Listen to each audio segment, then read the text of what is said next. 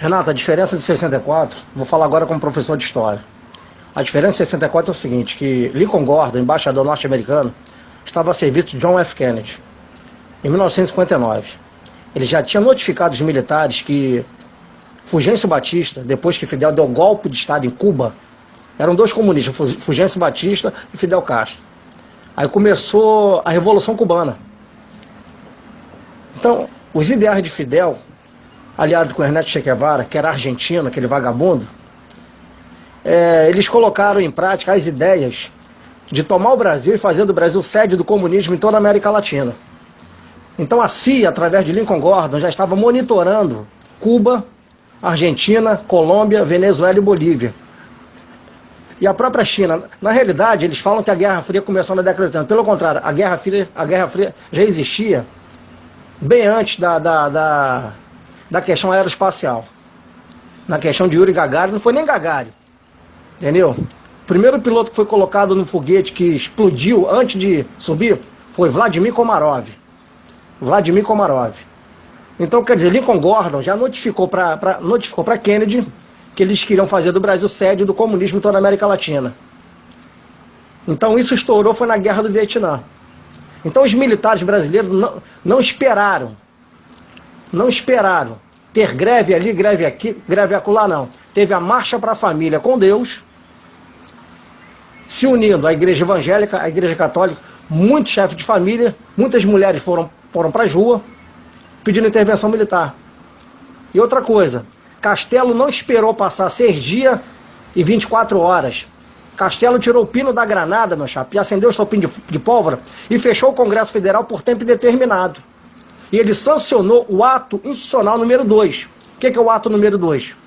Ele acabou com eleições diretas, promovendo eleições indiretas, porque até naquela época, os chefes de Estado eram nomeados por ministro ou por administradores de casas civis. No regime militar, não. Quem elegeram administradores, diferentes.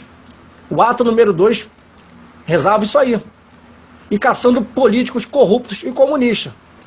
E mais na frente, Emílio Garrastazu Médici, que foi comandante da AMAN, Academia Militar das Agulhas Negras, junto com Arthur da Costa Silva, eles sancionaram o ato número 5, que já era para matar políticos comunistas e traidores das Forças Armadas Comunistas, no caso de Capitão Lamarca.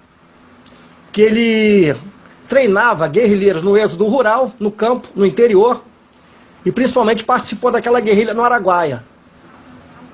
Então a diferença dos militares de 64 é que eles foram mais safos. Agora de hoje, comprado pelo governo federal, Eduardo Vilas Boas, Nivaldo Rossato, da Força Aérea, Eduardo Barcelar Leal, da Marinha, ambos foram nomeados na gestão Dilma e Lula, indicados por Fernando Henrique.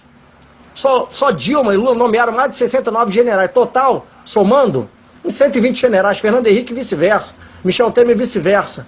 As diretas já foram sancionadas por Fernando Henrique Cardoso, ele era senador federal naquela época. E outra coisa, ele era guerrilheiro no Chile, estudou serviço de inteligência no Chile, no Uruguai, depois ele foi para a França, e mais ainda. Rodrigo Maia, o pai dele, César Maia, era presidente de um dos piores partidos comunistas do Brasil, que era o PCB, que era o Partido Comunista Brasileiro. Fez serviço de inteligência no Chile, é discípulo de Fernando Henrique, que é chamado homem da máfia do comunismo. Então, quer dizer, a estratégia dos comunistas, quando vieram do exílio, quando veio essa praga dessa anistia, em 64 era o contrário, os comunistas queriam tirar o quê? Os militares do poder. Hoje não. Hoje os patriotas e veteranos e verdadeiros intervencionistas querem tirar o quê? Os comunistas que estão nos poderes, que é mais difícil, que eles estão nos 3 poderes: Tribunal Superior Eleitoral, Supremo Tribunal Federal, Executivo, Judiciário, Legislativo, OAB, Ministério Público, etc. e tal.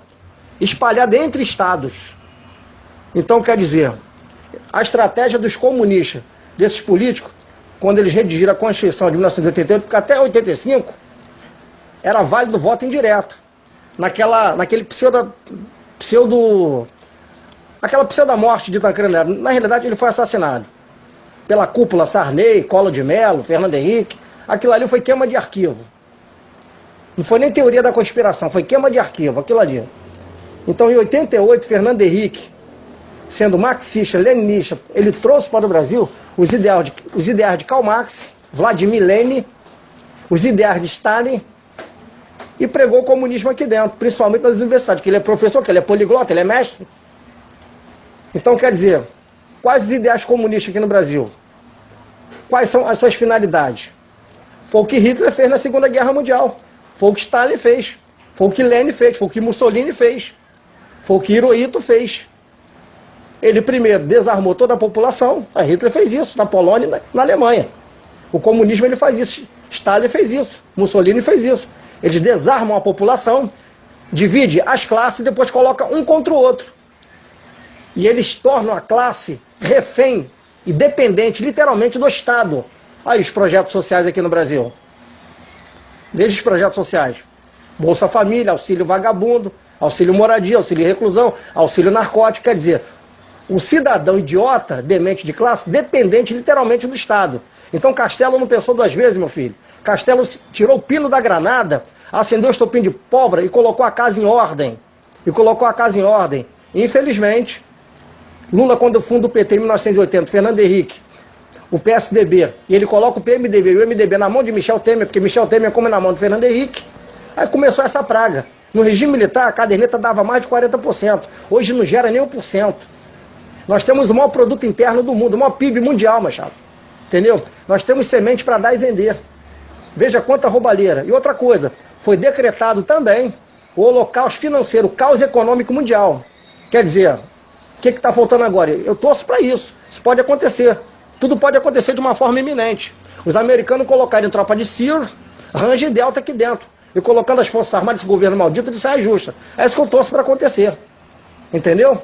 Ou uma insurreição dentro das Forças Armadas, ou uma operação Valquíria, para favorecer os veteranos, que eles vêm para o nosso lado e pelo menos vão pegar uma divisão dessa, cara. Tudo pode acontecer. Eu lamento que os caminhoneiros não tiveram força, porque a própria mídia safada, tendenciosa, podre, a Globocha, a Rede Esgoto, a Globo Lixo, entendeu? Infiltrou dentro desses movimentos. E as próprias Forças Armadas, infelizmente, cara, que comem na mesa do governo federal, que tem uma tonelada de comunistas oficiais generais superiores, fortaleceu, cara, esses ideais da própria mídia. É isso que aconteceu, cara. Diferente de 64. Anos de ouro que não voltam mais. Anos de ouro. Interessante. 5 homens, saudoso Marechal Humberto de Alencar Castelo Branco, Emílio Garracha Azul Médici, Arthur da Costa e Silva, Ernesto Beckman Geisel, João Baptista Figueiredo e seus auxiliares de peso, General Newton Cruz, que ele já está com a idade bem avançada, e o saudoso exterminador de comunista, matador de político, Coronel Ustra. E o saudoso general, que não é pai desse Mourão de hoje, Olímpio Mourão Filho. O pai desse Mourão de hoje é Antônio Mourão. Olímpio Mourão Filho, de 64, era general de exército. O maior cargo exercido pelo exército brasileiro. O pai desse Mourão era general de divisão, cargo abaixo de um general de exército. Selva de Sumas, campanha. Agora eu falei um pouquinho de história. Reconter.